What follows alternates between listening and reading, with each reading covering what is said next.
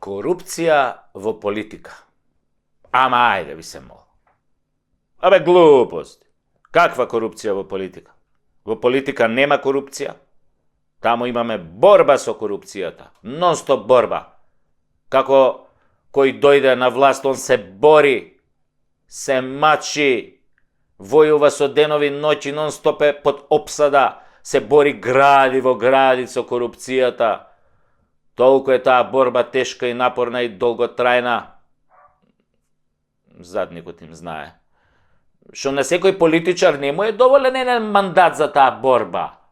Бара уште еден мандат. И уште еден. И уште еден за да може да се избори со корупцијата.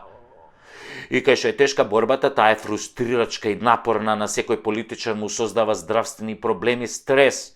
Например, доаѓа тој млад, слаб, но здрав и неискусен и по неколку години жестока борба во политиката со корупцијата, секојдневно полна со нервози, неуспешни битки, еден напред, три назад, од фрустрацијата почнува прекумерно да јаде. Од нервоза јаде. Јаде. Не може да застане. Обично политичарот, разочаран од неуспешната борба со корупцијата, јаде во собраниското бифе. И тоа строго бифтек. Заради тоа што протеините те прават посилен во борбата, да може да ја победи корупцијата.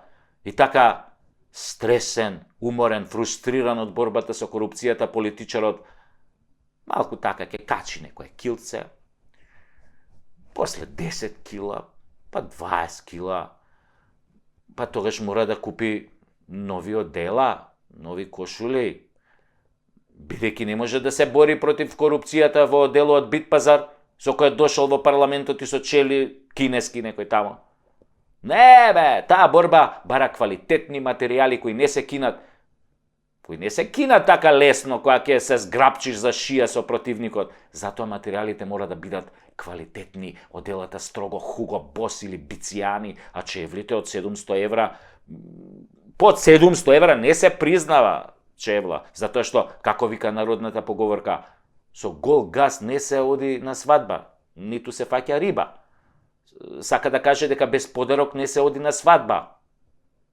Се мисли всушност на подарок во плико. Пари во плико, евра во плико. Може и долари во плико. Може и албански леки, само ако пликото е, например, женска ташна, така наречена плико, за да бидат во доволен број. Така и добрата битка со корупцијата на политичарите е всушност борбата со пликото, да не влезе во нивниот скинат джеп од некое демоде од дело или од пазарче што е, туку да склизне меко во листерот на новата воена Бицијани опрема. Леле да знаете како се бори против корупцијата кога имаш Бицијани од делове. Па кој ќе им мавнеш една, па она кој ќе те залепи со една, две, три, 5.000 по фаца. Па тоа треба да се издржи, бе. 5.000 евра, например, у фаца се јак удар на корупцијата. 50.000 веќе те нокаутираат, не знаеш кај си.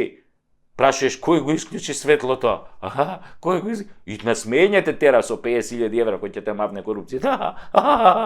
Кој го исклучи светлото? И машната мора да биде црвена, затоа што на тегето дело и бела кошула оди црвена машна, која ги символизира жртвите кои секој политичар ги дава во борбата со корупцијата. Неговите долгогодишни жртви да ја искорени корупцијата, да нема корупција кај неговите колеги, така и тој ќе се избори за да се одвикне полека за време на 3-4 мандата. И за неговата борба со корупцијата секој политичар бидува награден како што доликува и секој е транспарентен затоа што борбата бара транспарентност кон тие што го барале тоа. Така, неговата награда се гледа во зголемувањето на неговиот имот на имотната листа во антикорупцијска. Што повеќе политичарот се бори против корупцијата, тоа повеќе му расте списокот на станови, возила и пари со кои е награден за својата борба. Така е барем во нашата земја. Ама уж во Шведска е обратно да ти било. Ама па, шо разбираат бе тие швеѓаните од политичка борба со корупцијата? Имаат тие други проблеми. Немаат корупција, затоа не знаат. Ај сега нек се борат бе ако можат,